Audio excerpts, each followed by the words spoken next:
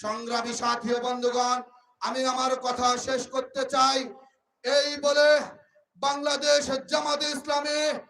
আজ সারা বাংলাদেশে যে গণজোয়ার তৈরি হয়েছে, এই গণজোয়ারে আজ যদি মাওলানা নুরুল আমিন, আজ যদি হোসেন আলী ভাইদের মতো নেতৃত্ব এই বাংলার জমিনে নেতৃত্ব গ্রহণ করে, আমরা যদি তাদের সংসদে পাঠাতে পারি, আজকে শ্রমিক অধ্যুষিত এলাকায় ভাইদের সামনে বলে যায়, আপনার চাকরি হারানোর জন্য, আপনার বেতন না পাওয়ার জন্য, আপনার অবৈধ ছাঁটাইয়ের জন্য, আপনার সন্তানের মুখে খাবার তুলে দেবার জন্য